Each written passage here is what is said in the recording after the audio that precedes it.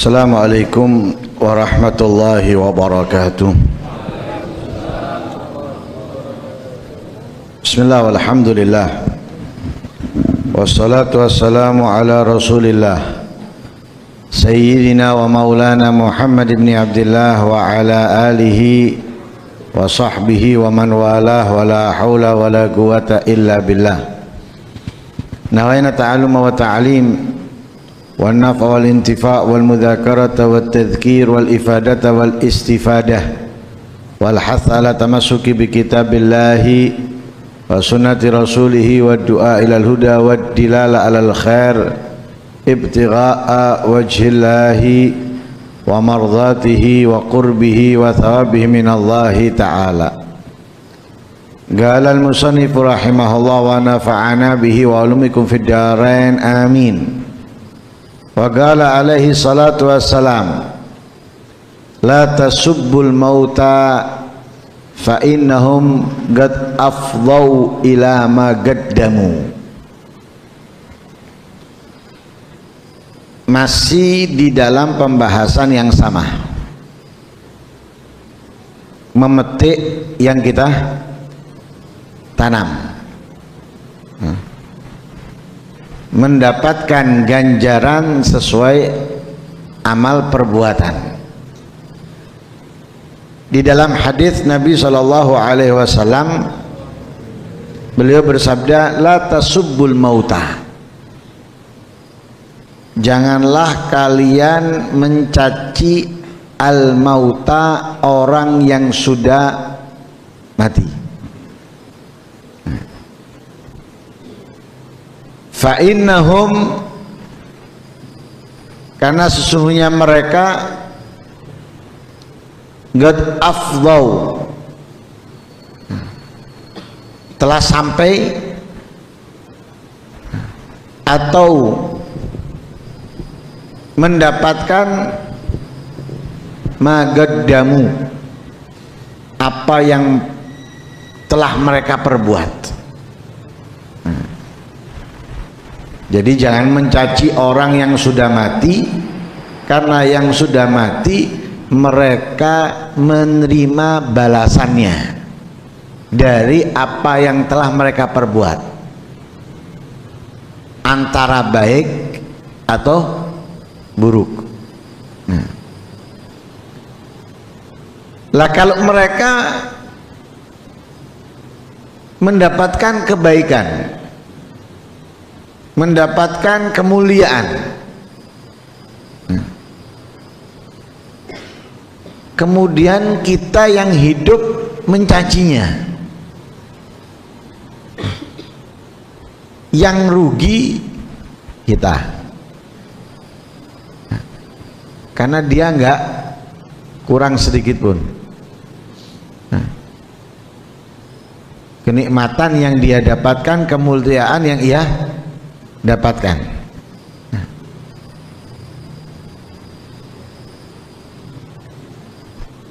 Kalaupun mereka mendapatkan siksaan,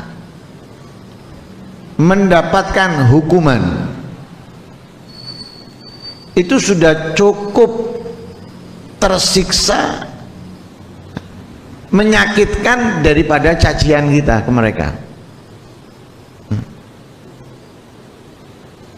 Kalau kita dicaci itu kan yang sakit telinga kita, hati kita, pegel gitu aja. Tapi berjalannya waktu hilang. Nggak mungkin terus pegel, terus inget, nggak mungkin. Tapi orang yang sudah mati, mereka mendapatkan siksaan dari Allah, mendapatkan azab hasil perbuatannya di atas dunia. Itu sudah cukup menyakitkan untuk mereka daripada cacian orang-orang yang hidup. Dan lagi kita mencaci orang yang mati itu apa gunanya? Karena kita nggak tahu ia mendapatkan nikmatnya kubur atau mendapatkan azabnya kubur, kita nggak tahu. Sekalipun secara zahir ia ahli maksiat secara zahir, ahli maksiat, tapi kita tidak tahu persis dia bagaimana. Dia maksiat di tempat A, di tempat B, di selain tempat A, tempat B, atau tatkala ia sendirian, gimana dia kita nggak tahu. Kemudian kita mencaci dia, penghuni neraka, akan mendapatkan siksaan dan lain sebagainya. Loh, kita nggak tahu dia sama sekali loh. Di balik kita, di balik pandangan kita, di balik pengetahuan kita, kita nggak tahu dia. Kemudian kita memvonis dia mendapatkan azab ini itu dan lain sebagainya. Nah, karena itu Nabi melarang la tasubul mauta, ya, jangan mencaci orang yang sudah mati. Nah, kenapa? Mereka mendapatkan apa yang sudah mereka hasil dari apa yang telah mereka perbuat. Dalam riwayat yang lain Nabi mengatakan jangan kamu mencaci orang yang sudah mati, fatu'dzul ahya. Ada riwayat fatakdzabul bihil ahya. Kamu akan menyakiti yang hidup.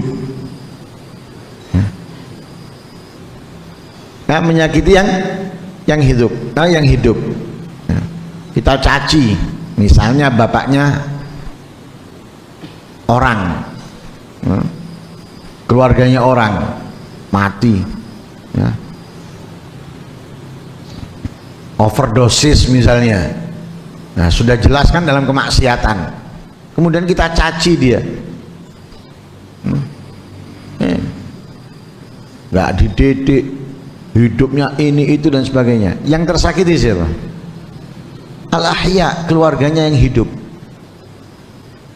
Nah, keluarganya yang masih hidup tersakiti dengan cacian-cacian itu. Nah, apalagi kalau misalnya anaknya muslim, bapaknya kafir, sampai meninggal dalam keadaan kufur. Nah, dicaci bapaknya yang kafir tadi itu. Nah, itu dilarang sama Nabi. Dalam hadis yang lain, dalam riwayat yang lain, Nabi mengatakan apa? La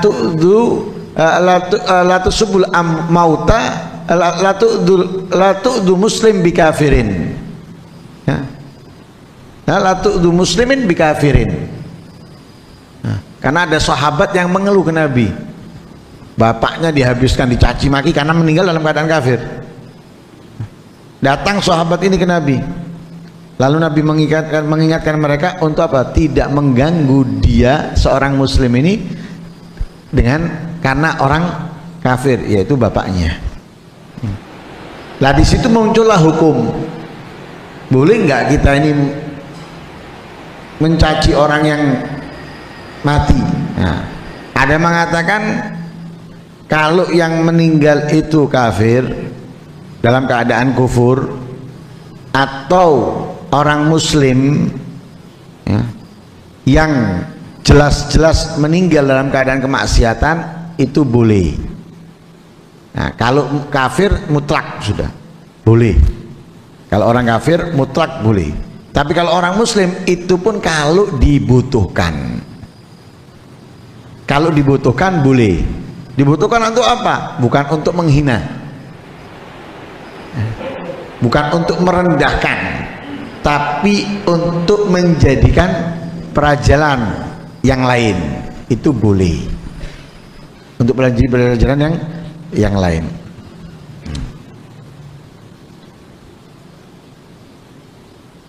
Lah, di situ diterangkan kenapa kita nggak boleh mencaci.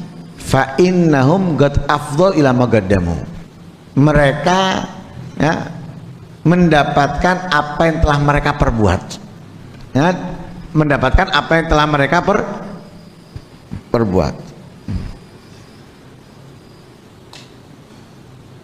Pernah diceritakan, ini bukan mencaci, nangis. Ibrahim Az-Zayyat Kalau ada orang yang menangis ketika ada jenazah, ya, karena sedih dengan jenazah itu, ya, sedih dengan yang meninggal itu, ya, katanya Imam Ibrahim Az-Zayyat, ibki ala nafsik, ya, tangisilah dirimu, ya, jangan tangisi yang sudah mati itu, tangisilah dirimu. Ya. Kenapa? Watarham alaiha, rahmati dirimu. Nah, carilah rahmat perlindungan untukmu. Fa inna hadzal mayyit qad naja min thalath. Mayit ini selamat dari 3 hal. Nah, pertama, ra'a malakal maut alaihi salam. Dia sudah melihat malaikat kematian Israil. Nah, yang kedua, dzaka hararatul maut. Dia sudah merasakan pedihnya, sakitnya sakaratul maut, kematian. Yang ketiga, wa umina min su'il khatimah. Dia sudah selamat dari su'ul khatimah. Nah, terus kita mencaci yang mati, untungnya apa? Kita belum ketemu Israel, belum merasakan sakitnya kematian, belum tentu husnul khatimah. Kita caci yang sudah meninggal. Makanya Nabi SAW melarang kita di dalam hadis yang lain, ya, udhkuru mahasina mautakum wa kufu'an masawihim. Ya, yang sudah mati itu ingat-ingat kebaikannya. Nggak mungkin sebejat-bejatnya orang itu nggak punya kebaikan, nggak mungkin. Sebaik-baiknya orang nggak punya keburukan juga nggak mungkin. Kecuali Nabi, Rasul beda. Yang wali aja masih punya keburukan, apalagi yang bukan wali. Ya. Yang wali ini sudah derajat tinggi sudah. Ya. Di bawahnya wali ini ulama. Ulama itu aja masih banyak melakukan dosa. Ya. Apalagi orang biasa. Jadi ada orang itu punya kebaikan, punya keburukan. Lah yang kita ceritakan itu kebaikannya. Nah, jangan diceritakan keburukannya. Nah, ceritakan kebaikan-kebaikannya.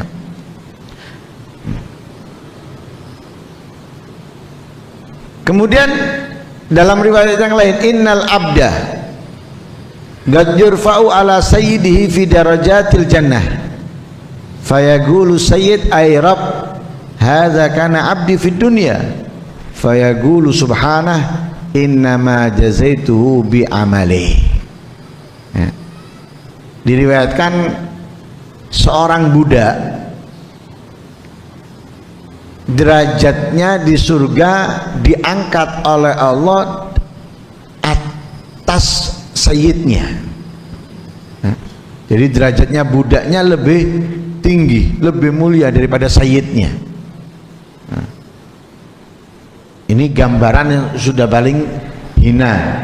Nah, budak itu nggak punya apa-apa, dirinya itu miliknya sayyid. Nah, duit nggak punya, harta nggak punya, pakaian nggak punya, semuanya punya sayyidnya.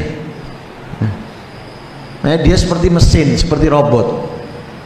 Sayyidnya ngomong AA, sayyidnya ngomong BB, ngomong CC, nggak boleh berubah sudah. Apa kata sayyidnya sudah. Kenapa? Miliknya sayyid. Beda dengan pembantu. Kalau pembantu bukan punyanya majikan. Nah, karena itu pembantu bisa resign, bisa berhenti dari pekerjaannya. Nah, tapi kalau abd nggak bisa berhenti dari pekerjaannya, nggak bisa, kecuali mati, ya, atau sakit parah, nggak bisa apapun, atau dimerdekakan sama sayyidnya, merdeka baru. Nah, ini dikasih gambaran, ada abd budak derajatnya di surga lebih tinggi dari sayyidnya. Kalau di dunia aja nggak mungkin majikan itu mau makan, berpakaian, ya, mirip dengan pembantunya. Piringnya sama dengan pembantunya, nggak mungkin mau, gengsi. Tak mau. Pakaiannya yang bagus, ya. Kalau beli yang mahal, kalau untuk pembantunya dibelikan yang murah-murah. Pembantunya keringetan mambune ndak enak misalnya.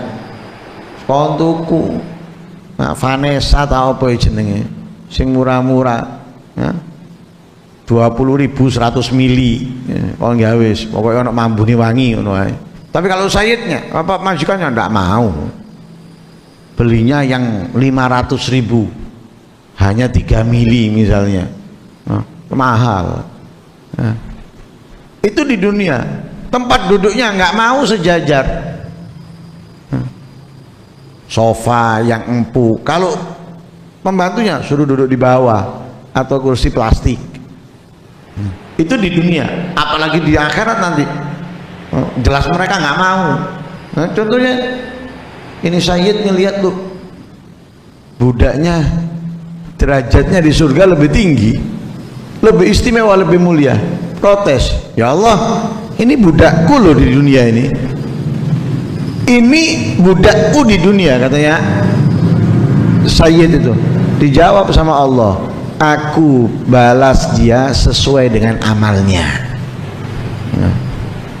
Aku balas dia sesuai dengan amalnya. Jadi amalnya budaknya lebih hebat daripada amal Sayyidnya, sehingga dia mendapatkan derajat yang lebih mulia, lebih tinggi di sisi Allah Subhanahu wa ta'ala. Wa qala Aliun karramallahu wajhah, ad-dunya daru amalin wala jazaa'a fiha wal akhiratu daru jazain wala amala fiha fa'malu fi darin la jazaa'a fiha li darin la amala fiha. Imam Ali karramallahu wajhah beliau berkata, dunia ini tempat untuk kita beramal dan tidak mendapatkan gaji, nggak ada balasannya.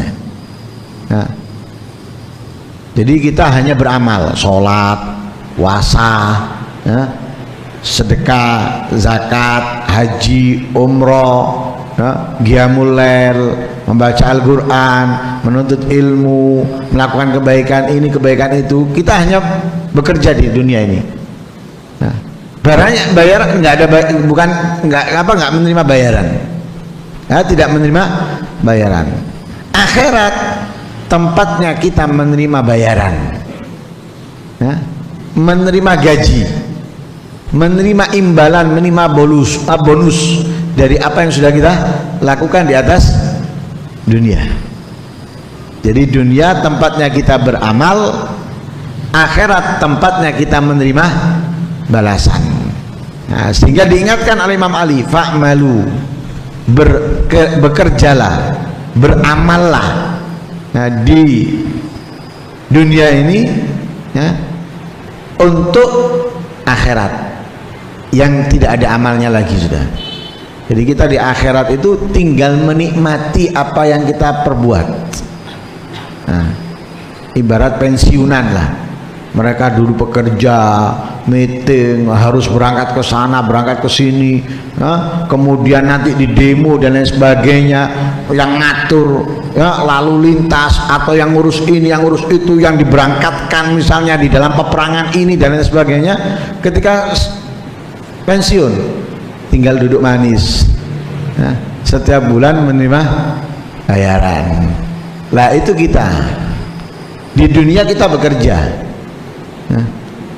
sholat, puasa, zakat, haji dan lain sebagainya. Nah, bayarannya nanti di akhirat.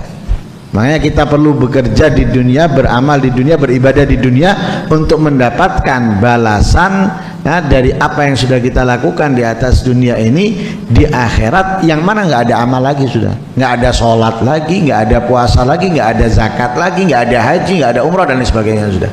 Nah, hanya menikmati balasan dari apa yang kita perbuat. Wa qala Al-Hasan Al-Basri rahimahullah, yaqulullah li ahli al-jannah udkhulul jannata bi rahmati wa khludu fiha bi niyatikum salihah waktasimuha bi a'malikum. Imam Hasan Al-Basri beliau berkata, Allah berkata kepada penghuni surga, ya, Allah berkata kepada penunggu surga, masuklah surga dengan rahmatku. Nah, tidak ada satupun dari kita masuk surga kecuali dengan rahmatnya Allah. Sekalipun para nabi, sekalipun para rasul, semuanya masuk surga dengan rahmatnya Allah. Karena rahmatnya Allah. Sebagaimana Nabi SAW bersabda, lan yadkhula ahadukum al-jannata bi'amalih. Tidak ada satupun daripada kalian masuk surga karena amalnya. Jadi tidak ada nabi, rasul, aulia, ulama atau awamnya masuk surga karena amalnya, nggak ada. Semuanya nggak ada masuk surga dengan amalnya. Para sahabat tanya, wala anta ya Rasulullah, sekalipun kau wahai Rasulullah, wala ana, sekalipun aku. Illa an yataghammadani Allah birahmati, kecuali Allah memberikan rahmatnya kepadaku. Jadi semuanya masuk surga dengan rahmatnya Allah. Latur sholat, puasa, zakat, haji, kebaikan ini, kebaikan itu, kebaikan semuanya ini untuk kita mendapatkan rahmat. Karena rahmat ada dalam kebaikan. Tanpa kebaikan kita sulit mendapatkan rahmat. Inna rahmatallahi garibum minal muhsinin. Bahwasanya rahmatnya Allah itu sangat dekat dari orang-orang yang berbuat baik. Kita melakukan sholat itu melakukan kebaikan, kita puasa melakukan kebaikan, kita zakat melakukan kebaikan, kita bangun malam melakukan kebaikan, membaca Al-Quran melakukan kebaikan, membantu tetangga, membantu orang yang membutuhkan melakukan kebaikan. Lah itu mancing rahmatnya Allah. Lah di situ nanti kita masuk surga tetap dengan rahmatnya Allah, bukan dengan amal. Wa khuludu fiha biniyatikum shalihah, abadilah kamu di dalam surga dengan niat-niat baikmu. Waqtasimuha bi'amalikum, raihlah kemuliaan derajat di surga dengan amal kalian. Kita mau mendapatkan surga yang model apa, itu semuanya tergantung amal kita. Saya pokoknya surga, ya wis, hanya lakukan kebaikan, tinggalkan yang dilarang, selesai, surga yang dapat. Tapi saya nggak mau surga tingkat yang rendah, saya mau tingkat yang istimewa, yang VVIP, bersama Nabi Muhammad. Ya berarti nggak cukup hanya melakukan kewajiban, nggak cukup hanya meninggalkan yang diharamkan, tapi melakukan kesunahan-kesunahan, kesunahan ini, kesunahan itu, yang kecil, yang besar, yang sedikit, yang banyak, semuanya dilakukan. Kalau ingin surga dengan Nabi Muhammad sallallahu alaihi wasallam. Jadi waqtasimuha, raihlah kemuliaan di surga itu bi'amalikum, dengan amal kalian. Wa ma dzakartuhu minal adillati ala wuqu'il mujaza aradtu bihi tanbih. Katanya beliau Habib Abdullah Haddad, aku tidak sebutkan dalil-dalil adanya pembalasan sesuai amal perbuatan, baik itu dari ayat Al-Quran ataupun hadisnya Nabi, kecuali aku ingin mengingatkan saja, ingin mengingatkan. Karena apa? Wa illa fahuwa amrun ma'lum lil khas wal am. Karena hal ini itu sudah umum, bukan rahasia, tapi sudah umum, sudah diketahui bahwa seseorang itu akan mendapatkan balasan sesuai amalnya. Itu sudah umum, diketahui oleh orang-orang tertentu dan orang-orang awam. Orang-orang yang berilmu, yang menimba ilmu tahu, orang yang nggak menimba ilmu pun tahu. Tapi tujuannya aradtu bihi tanbih, hanya saja aku ingin mengingatkan. Jadi diilingno, awas loh, kamu melakukan ini dapat balasan ini loh. Kamu melakukan kebaikan, kamu akan mendapatkan balasan baik. Kamu melakukan keburukan, akan mendapatkan. Seperti orang tua kepada anak, anaknya mungkin tahu kalau ini menyakitkan, kalau ini tidak baik, tahu anaknya. Tetap orang tua mengingatkan, hati-hati nak, jangan lo ya, awas lo ya. Ya, tetap diingatkan. Seperti itu beliau kepada kita, ya, mengingatkan. Ya, kita sudah tahu tapi diingatkan. Ya. Kamu melakukan keburukan, balasannya buruk. Kamu melakukan kebaikan, kamu mendapatkan kebaikan. Ya, la yakad yakhfa hatta 'alal aghbiya minal awam. Ya, semoga Allah Subhanahu wa taala memudahkan kita melakukan kebaikan, ketaatan dari yang mudah sampai yang sulit, dari yang sedikit sampai yang besar dan banyak. Amin Allahumma amin. Wa sallallahu alaihi wasallam Muhammadin wa ala alihi wasallam. Alhamdulillahirabbil alamin.